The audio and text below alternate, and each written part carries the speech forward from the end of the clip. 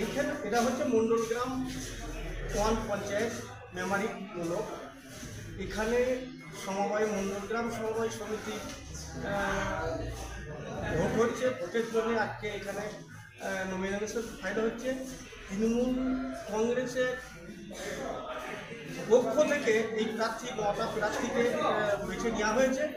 দলের পক্ষ থেকে 9টা প্রার্থীকে বেছে নেওয়া হয়েছে, তাদের পর এখানে নমিনেশন ফাইল করা হবে। নমিনেশন ফাইল করতে কোনো অশান্তি কি কোনো অপ্রীতিকর ঘটনা? অসুবিধা হয়নি। মণ্ডলগ্রাম সমবায় সমিতির ইলেকশনে ফিল করতে এসেছি। সর্বভারতীয় তৃণমূল কংগ্রেসের প্রার্থী ছিল। এখানে কি অন্য দলের ক্যান্ডিডেটরা কেউ এসেছেন? আজকে ঘোরাফেরা করছে আশেপাশে। আপনি নমিনেশন করছেন? হ্যাঁ,